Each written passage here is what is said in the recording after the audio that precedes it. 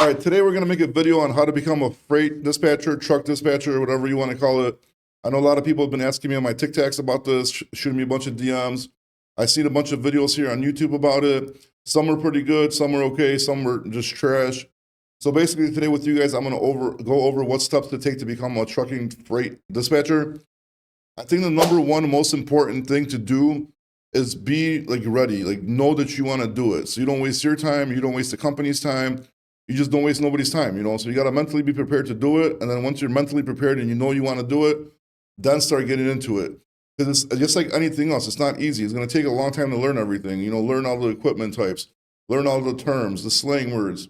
I mean, just like everything, so much to learn. And there's no way of doing it if you don't do it over and over again every single day. And it's going to take some time to learn it. It's going to take some time to get good at it. And you got to make sure you're ready for that and you want to dedicate yourself. If you already have a decent job, it's going to be kind of hard to let go of that job and jump in a truck and try to make more money because you're going to be taking a step backwards because you got to make less money from the beginning and then you got to learn to make more money later. So if you are going to do it, like I said, make sure you're not wasting nobody's time. Don't waste your time. Make sure that you are actually ready to do this, and then we could keep going to the next steps after this. Now that you decided you're ready and this is what you want to do, you committed yourself. In my opinion, one of the first most important steps to do is figure out what types of equipment you want to get involved with. The three main ones that are the most common, the most popular, I think in this order is going to be dry van, reefer, and then flatbed. Each one has its, ups and downs, whatever you want to choose from. The dry van being the most common, mostly used, you see them everywhere. Probably the easiest to get freight for, the most freight for it. Later on, if you become good, this is for a whole nother video, but easier to get customers for. There's so much more freight of it.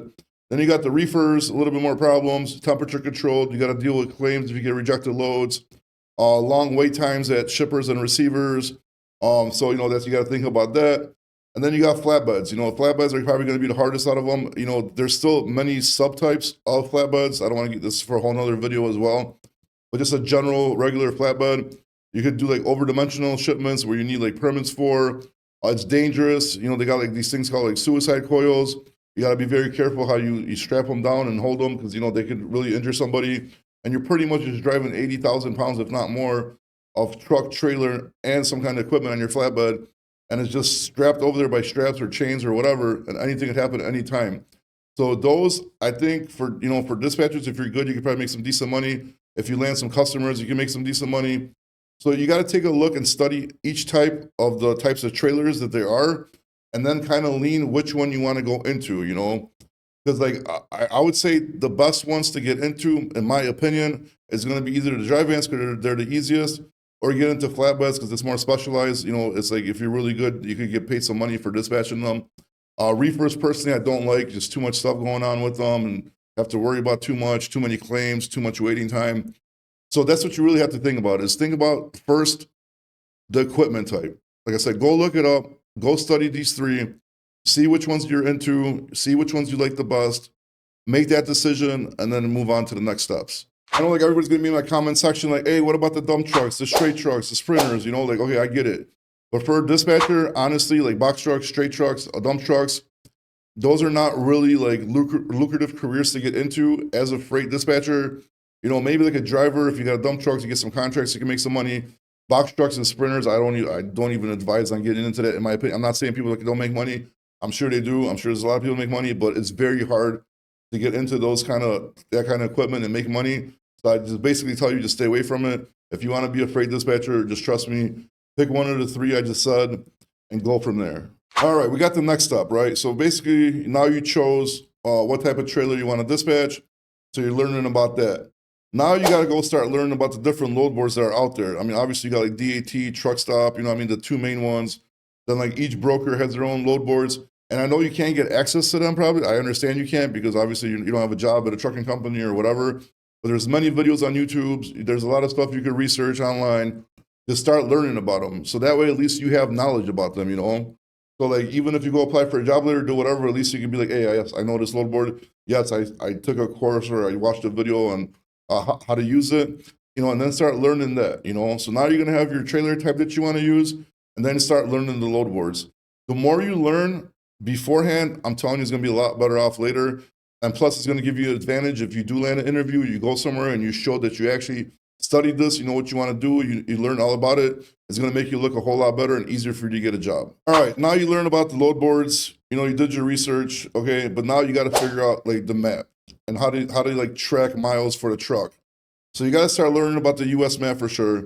Start learning where all the states are, all the major cities. You're going to need to know that. Start learning how to use multi-city search Google Maps. I'll put a little whatever thing up here so you can kind of see what I'm talking about. It's basically like, say, for example, if your truck's like, you know, say in Gary, Indiana, so you type in Gary, Indiana, and you to Chicago, then it's going to give you the miles to Chicago, and then say to Atlanta, Georgia. So then like the Google Maps kind of counts all the miles for you, and that way you know how to start using that. So that's what you're going to need to use every single day when you're trying to book freight. Because if you got a pickup with your truck and your truck's like 50 miles away, that 50 miles you got to put into consideration too, because you're paying for that miles. So when you calculate how much your truck's making per mile, you got to do all miles, not just from pickup to delivery. So it's very important that you know like your geography, all your states, all your major cities. Learn how to use the Google Maps feature so that way you know like because that's what you're going to be using and that's going to be super helpful for you too. You just basically you know start playing around with everything, start learning all about all this stuff, and then slowly as you keep on doing it, it's going to start clicking more and more.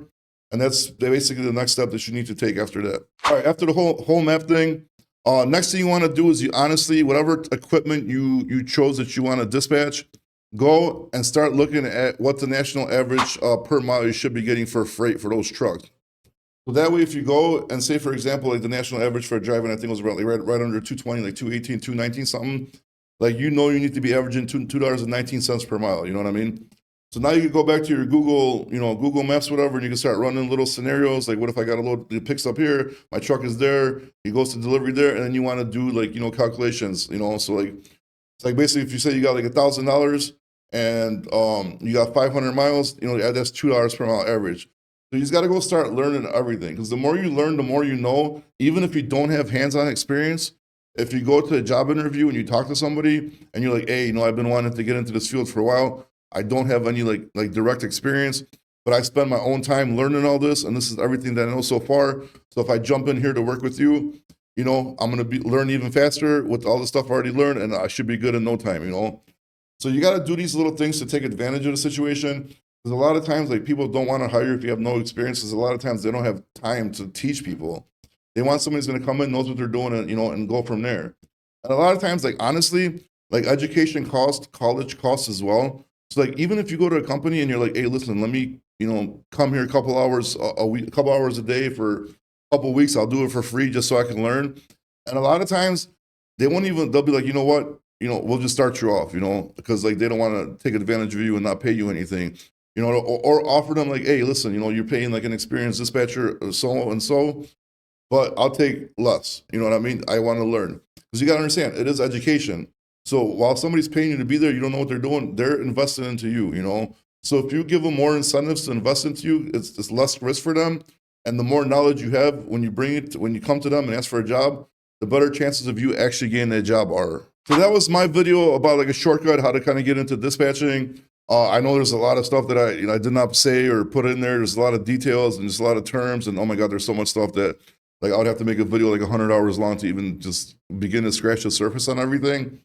I will keep on making these videos and, you know, with more stuff added in there to kind of teach people here and there about like dispatching, you know, and as much like as anything I can think of that I know would help you guys.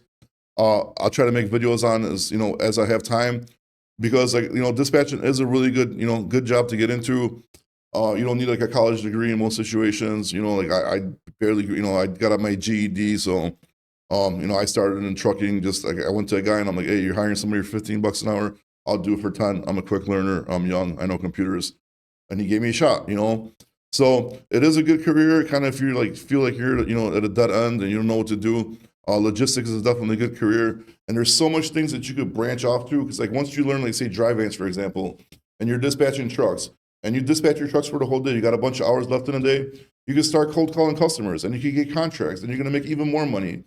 You know what I mean? Like you could, you know, then if you get more customers, you could go to a brokerage, sell the loads, get even more money. I mean, there's so many things that you could branch off from learning dispatching that is crazy. Like if you're hungry, you're motivated, there is so many ways to make money, trust me.